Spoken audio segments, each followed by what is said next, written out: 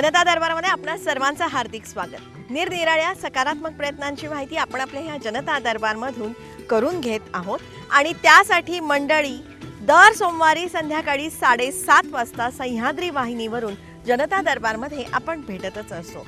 पण मंडळी आपल्या पुनःप्रक्षेपणाची जी वेळ आहे, जी पूर्वीची वेळ आहे, शुक्रवारी सकाळी 8 वाजता आपण भेटत होतो, ती वेळ मात्र इथून पुढे बदललेली आहे। आता आपण शुक्रवारऐवजी दर शनिवारी सकाळी 8 वाजता पुनःप्रक्षेपणामधून सह्याद्री वाहिनीवरून जनता दरबारमध्ये भेटणार आहोत। ही जी बदललेली वेळ आहे ना, त्याची नोंद आपण करून घ्या आणि जसे आपण भेटत होतो म्हणजे दर सोमवारी संध्याकाळी 7:30 वाजता सह्याद्री वाहिनीवरून जनता दरबारमध्ये आणि पुनःप्रक्षेपणासाठी दर शनिवारी सकाळी 8 वाजता सह्याद्री वाहिनीवरून जनता दरबारमध्ये आपण भेटणारच आहोत। मंडळी, या जनता दरबारसाठी आमची सातत्याने भ्रमंती चालू असते। त्यामध्ये आम्हाला खूप काही वेगळे अनुभव येत असतात। असाच एक सुंदर अनुभव नुकताच आला। अशाच एका खेडेगावामध्ये आम्ही फिरत होतो आणि तिथे लहान मुलांच्या स्पर्धा भरलेल्या होत्या। ती स्पर्धा अशी होती की तिथे भारताच्या नकाशाचे राज्याप्रमाणे वेगवेगळे तुकडे केलेले होते आणि हे सगळे तुकडे जोडून आपला भारताचा नकाशा तयार करायचा अशी ती स्पर्धा होती आणि ही स्पर्धा जो लवकरात लवकर पूर्ण करेल त्याला भरघोस बक्षीसही देण्यात येत होती। आता ही स्पर्धा सुरू झाली आणि ती मुलं मुली अक्षरशः झुंजायला लागली, कारण मुळात राज्य ओळखायची, ती राज्य योग्य ठिकाणी बसवायची आणि मग तो नकाशा जोडायचा। तसं पाहिलं ना तर खूप कर्मकठीण असंच ते काम होतं। पण स्पर्धा सुरू झाल्यानंतर साधारणपणे 5 मिनिटाच्या अंतरामध्ये एका 8 वर्षाच्या मुलांनी ही स्पर्धा पूर्ण करून दिली, म्हणजे त्यांनी तो नकाशा जोडून दाखवला। सगळ्यांना आश्चर्य वाटलं आणि त्या मुलाला अर्थात बक्षीसही दिलं आणि मग त्या मुलाला मास्तरांनी विचारलं की अरे बाळा, तू हे एवढ्या लवकर कसं काय केलंस रे? तेव्हा तो मुलगा म्हणला, सर अगदी सोपं होतं। त्या नकाशाच्या मागे माणसाचं चित्र होतं। मी माणूस जोडला, देश आपोआप जोडला गेला। माणसं जोडा, देश घडवा, हाच विचार आपण आपल्या ह्या सहकार्यातून, संवादातून किंवा एकमेकांची जी नाती आहेत ती जपण्यातून आपण अंगीकारत आहोत। त्याच अनुषंगाने प्रजासत्ताक दिनाच्या आपल्या सर्वांना अनेकानेक शुभेच्छा। त्यासाठीच तुमचा आमचा सर्वांचा जनता दरबार। जनता दरबारमधला आपला आजचा विषय खूप चांगला आहे, तुम्हाला सगळ्यांना आवडेल असाच आहे। मात्र आजचा हा विषय काळजीपूर्वक बघण्याची आवश्यकता आहे। आज आपण जाणून घेणार आहोत जमिनींविषयीचे कायदे, त्यातले व्यवहार, नियम, अटी, शर्ती, निकष किंवा व्यवहार किंवा गैरव्यवहार याविषयी आज आपण जाणून घेणार आहोत। का कोण जाणे, पण जमिनींविषयीचे व्यवहार करताना आपल्या सगळ्यांच्या मनात कुठेतरी साशंकता नेहमीच असते।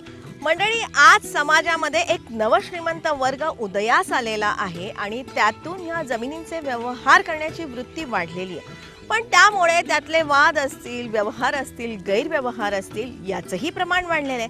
अर्थात हे सारं रोखण्यासाठी जमिनींबाबतचे विशिष्ट कायदेही आहेत। साधारणपणे 3,900 केंद्रीय कायद्यांमध्ये आणि या 30,000 पेक्षा जास्त राज्यांच्या कायद्यांच्या मध्ये मिळून 5,000 पेक्षा जास्त कायद्यांमध्ये जमीन किंवा जमीनविषयक कोणती तरी बाब लिहिलेली आहे। सर्वसाधारणपणे आपल्या सर्वांचा समज असतो की कायदे हे क्लिष्ट असतात, पण ते तसं नसून कायदा हा कॉमन सेन्सवर आधारित असतो। कायदा हा सर्वांना समान असतो। कायदा हा सामान्य ज्ञानावर आधारित आहे, म्हणजे कॉमन सेन्सवर आधारित आहे। सामान्य माणसाला जसं वाटतं तसंच कायदा आहे आणि ते एवढं आश्चर्यकारक आहे की किंबहुना मी याच कारणामुळं खरं पुस्तकं लिहायला लागलो। माझ्या असं लक्षात आलं की एकच जमीन 3-3 माणसाला विकता येते असं कुठल्या कायद्यात आहे का? असं कुठल्याही कायद्यात लिहिलेलं नाही। मग हे कोणी शोधलं? हे आपल्या माणसाचं डोकं आहे। त्याने हे शोधून काढलं आहे, त्याने पर्याय निर्माण केले, त्याने याचा गैरफायदा घ्यायचं ठरवलेलं आहे। वास्तविक कायद्यामध्ये कुठल्याही माणसाचं नाव नसतं, कायदा सगळ्यांना समान असतो। मुळात कायदा हा चिरकाल टिकणारा असू शकत नाही, हे आपण सगळ्यांनी लक्षात घेण्याची गरज आहे। कायदा ज्यांच्यासाठी तयार केलेला असतो, जो समाज असतो, तो समाज सतत बदलत असतो किंवा त्या समाजामध्ये सातत्यानं स्थित्यंतर होत असतात। कायदा हा समाजाप्रमाणे बदलला पाहिजे। आपल्याकडे काय झालं, ब्रिटिशांनी बरेच कायदे केले, आता ब्रिटिश व्यवस्था निघून गेली आता त्याच्यानंतर आपण 100 वर्ष काही कायदे तसेच ठेवलेले आहे, परंतु समाज मात्र एवढा झपाट्याने बदलतो आहे. किंबहुना गेल्या 20 वर्षातलं जर समाजातलं स्थित्यंतर बघितलं तर अनेक शब्द मागच्या शतकामध्ये अस्तित्वात नव्हते असं आपल्याला म्हणता येईल. म्हणजे कायद्यामध्ये नव्हतेच, मग ते आणण्याची गरज निर्माण होते. उदाहरणार्थ भूसंपादन कायदा, आता त्याची फार चर्चा चालू आहे सगळीकडे. आता भूसंपादन कायद्याविषयी जर का बोलायचं झालं ना, तर हा जो भूसंपादनाचा कायदा होता तो ब्रिटिशांनी 1894 साली तयार केलेला होता आणि त्यामध्ये सार्वजनिक कामांसाठी जमीन हस्तगत करून त्याचा मोबदला देण्याबाबतची तरतूद ह्या कायद्यामध्ये होती. आता हा कायदा बदलण्याची वेळ निर्माण झाली, कारण सध्या जमिनीचा फक्त मोबदला न देता त्या बाबतीतल्या पुनर्वसनाच्या बाबतीतला नवीन कायदा करण्याची गरज निर्माण झाली. ब्रिटिश लोकांनी आपल्या लोकांच्या जमिनी सार्वजनिक कामासाठी घेण्यासाठी केलेला हा 1894चा भूसंपादन कायदा होता. त्याच्यामध्ये काय अपेक्षित होतं की निदान फुकट कोणाची जमीन घेऊ नये सरकारने, आणि जमीन घेतली तर त्याचं त्याला वाजवी मूल्य द्यावं. आता आपल्या विकसित देशामध्ये स्वातंत्र्यानंतर फक्त जमिनीचा मोबदला देऊन वाऱ्यावर ठेवणं अपेक्षित नाही, त्याचं योग्य ते पुनर्वसन करणं, त्याच्या मुलांची शिक्षणाची सोय करणं, मूळ गावामध्ये जर त्याच्या शाळा नसली तरी धरणग्रस्त वसाहतीत शाळा आली पाहिजे, समाज मंदिर आलं पाहिजे, नंतर क्रीडांगण आलं पाहिजे, अशा काही आपण फॅसिलिटी देणं अपेक्षित आहे. किंवा सरकारी खर्चाने त्याचं पुनर्वसन दुसऱ्या ठिकाणी करणं, त्याला सुपीक जमीन देणं, त्याला विविध साधनं देणं, अशा गोष्टी त्याच्यामध्ये समाविष्ट झाल्यामुळे आपोआपच पुनर्वसन कायदा आपल्याला करावा लागला. अशा पद्धतीने वेळोवेळी या कायद्यांकडे पुन्हा पुन्हा बघावं लागतं, कारण समाजाची परिस्थिती बदलते. म्हणजे समाजातल्या कालबाह्य ज्या बाबी असतात त्या काढून टाकून नव्या बाबींचा समावेश करायला लागतो. कायदा हा नेहमी प्रगतिशील असतो. समाजामधल्या ज्या गोष्टी कालबाह्य झालेल्या आहेत त्या गोष्टी काढून टाकणं, ज्या गोष्टी नव्याने समाविष्ट झाल्या समाजात त्यांचा समावेश याच्यामध्ये करणं, आणि तो बहुतेक वेळा पण प्रगतिशील कायदा असतो. उदाहरणार्थ एखाद्या कायद्यात लिहिलं असेल, समजा 1925 साली एखाद्या कायद्यात असं लिहिलं की शेतकऱ्याच्या शेतामध्ये एखादा जर समजा हिंस्र पशु घुसला किंवा फॉरेस्टमधलं जनावर घुसलं आणि त्याच्यामुळे शेतकऱ्याचं नुकसान झालं तर त्याला प्रत्येक एकरामागे 10 रुपये नुकसान भरपाई द्यावी. आता काय झालं, ते 10 रुपये शब्द कायद्यामध्ये आले. आता 10 रुपयाला आजच्या बाजारभावाने काहीच किंमत नाही, म्हणजे हा कायदा बदलल्याशिवाय तो 10 रुपयाचे त्याला आजच्या बाजारभावाने पैसेच मिळू शकणार नाही.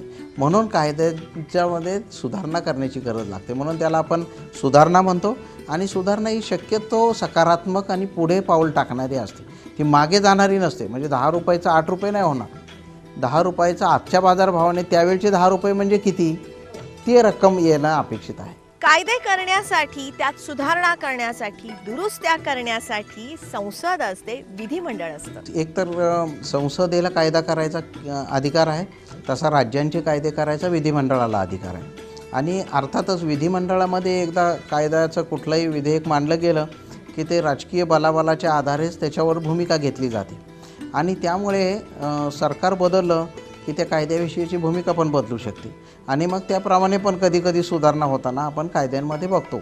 कायदे करत असताना त्यासाठी काही माहिती लागते, काही आकडेवारी असण्याची आवश्यकता असते, आणि ही आकडेवारी ॲक्युरेट आणि वस्तुनिष्ठ असण्याचीही आवश्यकता असते, कारण त्या आकडेवारीनुसारच सरकारची धोरणं ठरत असतात.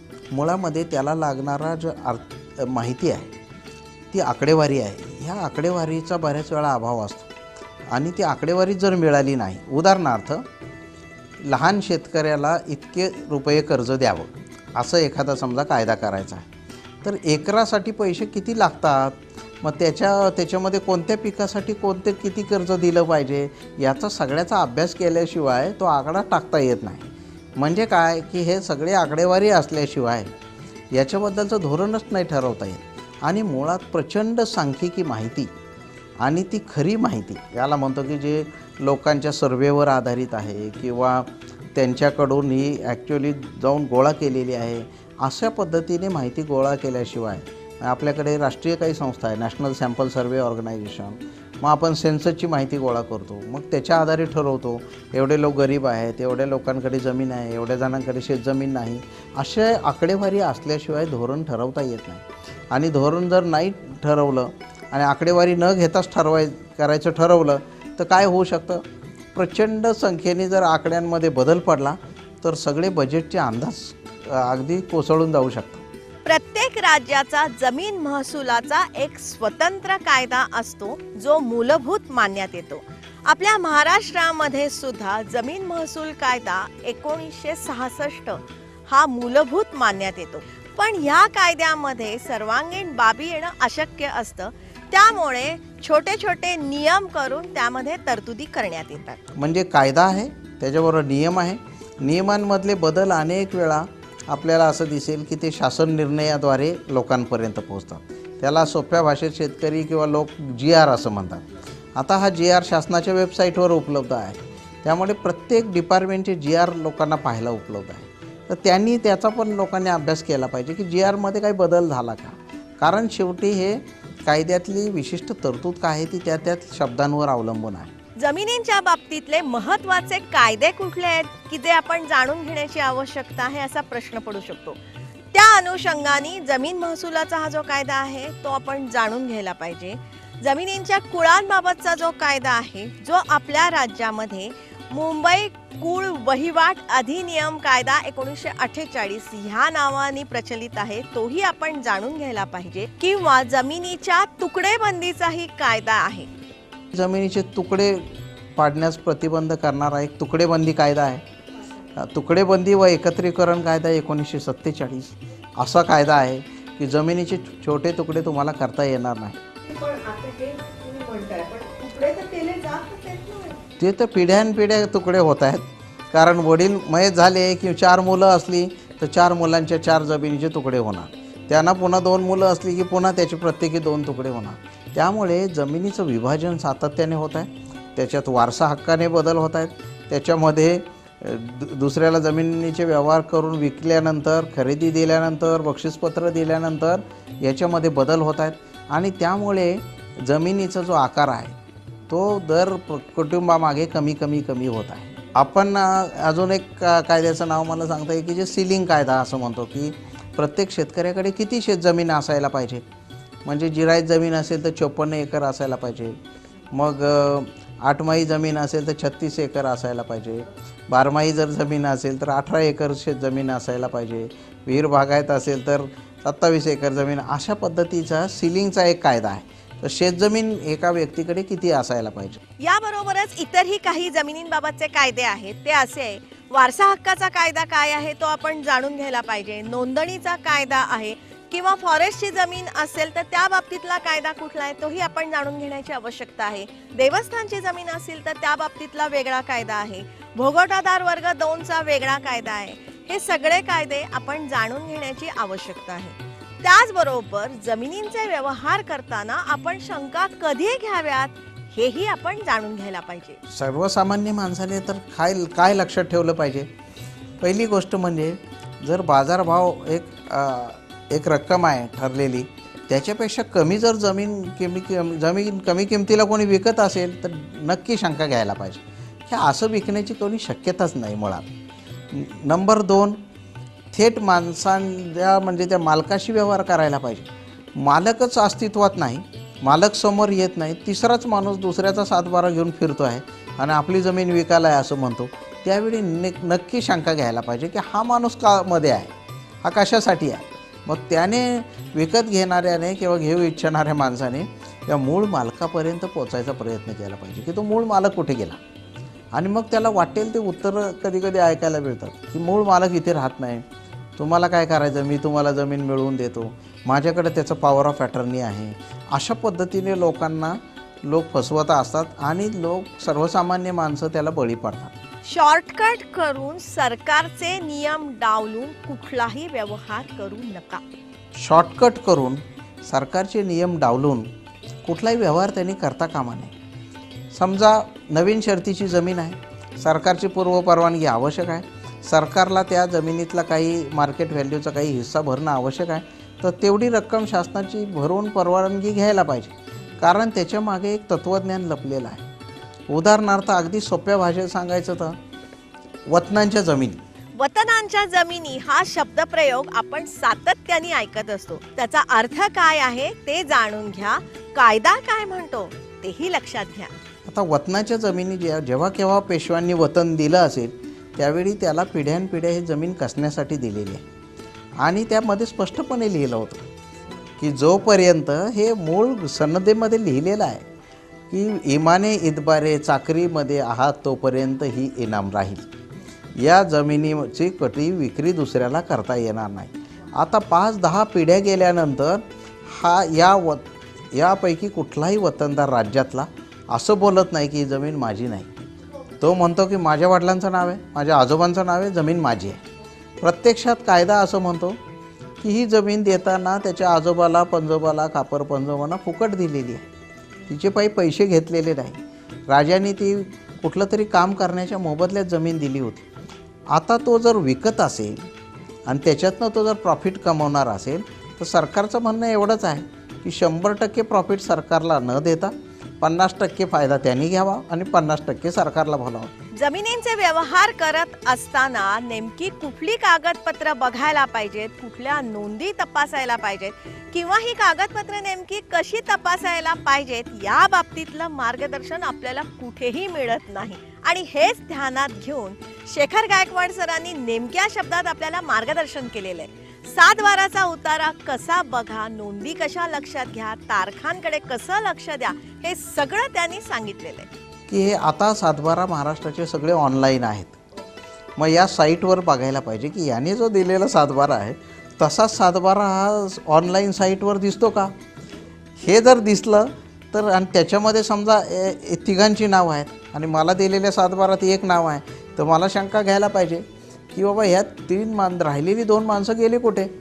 ह्याचा अर्थ दोघं जर राहिलेले मालक असतानासुद्धा त्यांना लपवून ठेवून मीच मालक आहे असं दाखवायचा प्रयत्न स्पष्टपणे दिसून येतो. आणि मग तुम्ही अजून बारकाव्यात गेला की तुम्हाला लक्षात येईल की त्याने कुठलं तरी 5-6 वर्षापूर्वीचा म्हणजे ज्यावेळी एकच नाव होतं त्यावेळच्या 7/12ची 2-3 झेरॉक्स काढून त्यातली एक सोयीची झेरॉक्स तुमच्या हातात दिलेली आहे असं तुम्हाला सापडेल. तिसरी गोष्ट पाहायला पाहिजे इतर हक्कामध्ये 7/12वर कुणाचं नाव आहे. उदाहरणार्थ बँकेचं कर्जाचा बोजा आहे. आता तुम्हाला दिलेले 7/12 तो आहे का आणि ऑनलाईनच्या 7/12वर कर्ज दिसतं, हातात दिलेल्या झेरॉक्समध्ये दिसत नाही. मग त्याला ते विचारायला पाहिजे की कर्ज कुठे गेलं. मग तो पहिल्यांदा उडवीचं उत्तर देईल. तो पहिल्यांदा सांगेल नाही आम्ही ते कर्ज भरणार आहे. मग तुम्ही विचारलं पाहिजे भरणार आहे का भरलं आहे. बरं कर्जाची रक्कम समजा मूळ कर्ज 2 लाख रुपये आहे आणि ते 80 साली काढलेलं आहे. 7/12वर एंट्री आहे 2 लाख रुपये. सर्वसामान्य माणसाने काय विचार केला पाहिजे की हे 80 सालचे 2 लाख म्हणजे आत्ताचे किती लाख असा त्याचा सतत सहज विचार आला पाहिजे सामान्य माणसाच्या मनात. आणि ह्या सगळ्यामध्ये जमिनीच्या मूळ वारसापर्यंत पोहोचण्याचा प्रयत्न आपण करण्याची गरज आहे. मुळामध्ये अशा सगळ्या प्रश्नांमध्ये मूळ 7/12पर्यंत पोचणं, त्याच्या वारसांपर्यंत पोचणं. ही जमीन वारसा हक्काने आली का, त्याची वडिलोपार्जित होती का, की ह्याने खरेदी केली की फक्त तो आत्ता 7/12 दाखवतो मागचे काहीच कागद मिळत नाही असं सांगतो. हे सगळं सामान्य माणसांनी तपासायला पाहिजे. याबरोबरच जमिनींचे गैरव्यवहार होण्याची नेमकी कारणं कुठली आहेत तीही आपण जाणून घ्यायला पाहिजे. भानगडीची जमीन विकत घेणारा एक नवा क्लास आजच्या काळात उदयाला येऊ पाहत आहे. तो म्हणतो जेवढी भानगडीची जमीन जास्त तेवढं त्याचं मार्जिन जास्त. म्हणून आपल्याला असं दिसेल नवीन शर्तीच्या जमिनी परवानगी नसतानासुद्धा लोक खरेदी करतात, त्याचं साठेखत करतात. का करतात याचं कारण आहे कोणीतरी त्याला सांगतं की नाही बाजारभाव एवढा असला तरी त्याच्यापेक्षा कमी पैसे तुला जमीन मी मिळवून देतो असं सांगणारं कोणीतरी आहे आणि ते सांगल्यानंतर फसणारं कोणीतरी आहे आणि त्यामुळे जमिनीची भांडणं आहे. दिलेला शब्द पाळण्याची प्रथा आता अस्तंगत होऊ लागलेली आहे. मागच्या अनेक पिढ्यांमध्ये आपण पाहिलं की एकदा शब्द दिला तर मरेपर्यंत पाळणारे लोक होते. इवन मरण्यापूर्वी पुढच्या पिढीला सांगायचे की मी शब्द दिलेला आहे, याला तू जमीन खरेदी द्यायचं आपण ठरलेलं आहे, याच्यापेक्षा जास्त पैसे न घेता आता ही जमीन त्याला विकली पाहिजे आणि मी दिलेला शब्द हा अंतिम आहे. या विरुद्ध सध्याच्या लोकांचं वर्तन आहे. म्हणजे लोक खरेदी खत करून आल्यानंतर रस्त्यात जरी कोणी माणूस भेटला की मी त्याच्यापेक्षा जास्त किमतीला घेतली असती म्हटलं की त्याचं जे डोकं फिरतं की तो माणूस लगेच परत दुसरा व्यवहार करायला मोकळा होतो आणि मग अशी स्पर्धा निर्माण करून मधले जे दलाल आहे ते जमिनीच्या किमती वाढवताना आपण पाहतो आणि दुर्दैवाने सर्वसामान्य माणूस पण या सगळ्या व्यवस्थेला बळी पडताना देखील आपल्याला पाहायला मिळतो. व्यवहारामध्ये वाद होण्याचीही काही विशिष्ट कारणं असतात. साधारण 35% भांडणं ही सामाजिक कारणांमुळे आहेत असं मला स्वतःला लक्षात आलं. म्हणजे उदाहरणार्थ मी जेव्हा प्रशासक म्हणून किंवा उपजिल्हाधिकारी म्हणून अप्पर जिल्हाधिकारी म्हणून केसेस चालवायचो तेव्हा माझ्या लक्षात आलं की गावातला कुठलाहीच प्रश्न सरळ आहे तसा आहे त्या स्वरूपामध्ये आपल्याकडे येत नाही. ग्रामपंचायत इलेक्शनला विरोधात पॅनल निर्माण केलं की मग रस्ता कसा अडवायचा याच्यामध्ये माणसं एक्सपर्ट झाली आहे. जमिनींबाबतच्या कायद्याचं अज्ञान हाही एक प्रश्न आहे. आपण जरी समजत असलो की तलाठ्याकडे रेकॉर्ड आहे म्हणजे त्याला सगळे कायदे माहीत असतील असं असण्याची शक्यता नाही. आणि असं माझ्या लक्षात पण आलं कारण साधारण आपल्या देशामध्ये 3,900 केंद्रीय कायदे आहेत. 30,000पेक्षा राज्यांचे जास्त कायदे आहेत. एवढ्या मोठ्या कायद्यांचा काही अभ्यास करून तलाठी नेमला जात नाही. तो एक परीक्षा पास होतो आणि तलाठी म्हणून येतो आणि दुसऱ्या दिवशी तो असा 500,000 कायद्याचा एक्सपर्ट होईल असं अपेक्षित नाही. मंडळी, या सगळ्या गोष्टी लक्षात ठेवा. मूळ कागदपत्रे जी असतात जमिनींची ती तुम्ही तपासा आणि सुदैवाने आपल्या राज्यातल्या सर्व जमिनींचे 7/12चे उतारे सध्या इंटरनेटवरती आपल्याला उपलब्ध आहेत. त्यामुळे तुमच्या हातात असलेला 7/12 आणि इंटरनेटवरचा 7/12 हे तुम्ही पूर्णपणे तपासा. त्यातल्या नोंदी आहेत त्या लक्षात घ्या. त्या नोंदीमधला जो शब्द आहे ना तो शांत चित्ताने वाचा, त्याचा अर्थ लक्षात घ्या आणि निर्धोकपणे व्यवहार करा. कारण कायदा हा सर्वांना समान आहे, सरळ आहे. वास्तविक कायदे एकदम सरळ आहेत आणि सरळपणे जर विचार केला तर मला असं वाटत नाही की कायदा कुठेही गुंतागुंतीचा आहे. माणसामध्ये जेवढी गुंतागुंत आहे त्यापैकी 1%सुद्धा गुंतागुंत कायद्यामध्ये असलेले आपल्याला पाहायला मिळत नाही. कुठलीही गुंतागुंत न करता साधे सोपे सरळ जमीन व्यवहार कसे करावेत हे सांगणारा आपला हा आजचा भाग आपल्याला कसा वाटला ते तुम्ही जरूर आम्हाला सांगा. त्यासाठी आमचा ईमेल आयडी आहे janatadarbar@yahoo.in. या आमच्या ईमेल आयडी वरती तुमच्या सूचना असतील, विचार असतील, मनोगत असतील, अभिप्राय असतील लवकरात लवकर तुम्ही आमच्यापर्यंत पोहोचवा. किंवा जनता दरबारचं फेसबुकवरती एक स्वतंत्र पेज आहे, ते पेज तुम्ही लाईक करा. त्या पेजवरती आम्ही खूप सारी माहिती दिलेली असते किंवा हा जो प्रत्येक एपिसोड आम्ही प्रसारित करत असतो त्याविषयीची माहिती या पेजवरती आम्ही दिलेली असते, ती तुम्ही लाईक करा. तुमच्याकडे काही सकारात्मक माहिती असेल, विचार असतील तर ते तुम्ही जरूर आमच्यापर्यंत या पेजवरून पोचवू शकता. जनता दरबार मधल्या काही प्रयोगांची म्हणजे पहिल्या 53 प्रयोगांची माहिती देणारं एक पुस्तक आम्ही तयार करत आहोत. त्याविषयीची ही माहिती किंवा सूचना या पेजवरती आम्ही दिलेली असेल, तेही तुम्ही जाणून घ्या. जनता दरबारचा एक सकारात्मक ग्रुप आपण तयार केलेला आहे. तो जर का तुम्हाला जॉईन करायचा असेल तर फेसबुकवरून तशा प्रकारची रिक्वेस्ट तुम्ही आम्हाला पाठवण्याची गरज आहे. लक्षात ठेवा, चांगल्यातून नेहमी चांगलंच घडतं ह्या विचारांनी प्रेरित झालेला हा आपल्या सगळ्यांचा कार्यक्रम. त्यासाठी दर सोमवारी संध्याकाळी 7:30 वाजता सह्याद्री वाहिनीवरून जनता दरबारमध्ये आपण भेटतच असतो. पुनःप्रक्षेपणासाठी आपण पूर्वी दर शुक्रवारी सकाळी 8 वाजता भेटत होतो. ती वेळ आता बदललेली आहे. इथून पुढे आपण शुक्रवारऐवजी दर शनिवारी सकाळी 8 वाजता पुनःप्रक्षेपणामधून सह्याद्री वाहिनीवरून जनता दरबारमध्ये भेटणारच आहोत. ही जी बदललेली वेळ आहे ना त्याची नोंद आपण घ्यावी. कृपया आपण सर्वांनी आम्हाला सहकार्य करावं ही कळकळीची विनंती. कारण जनता दरबारमधली ही जी काय सकारात्मक माहिती आहे त्यामुळे आपल्या सगळ्यांचं जगणं सुकर होत आहे. ही माहिती जास्तीत जास्त लोकांपर्यंत पोहोचण्यासाठी जास्तीत जास्त संख्येने आपण सगळ्यांनी जनता दरबारमध्ये सामील होण्याची गरज आहे. त्यासाठी तुमचा आमचा सर्वांचा जनता दरबार.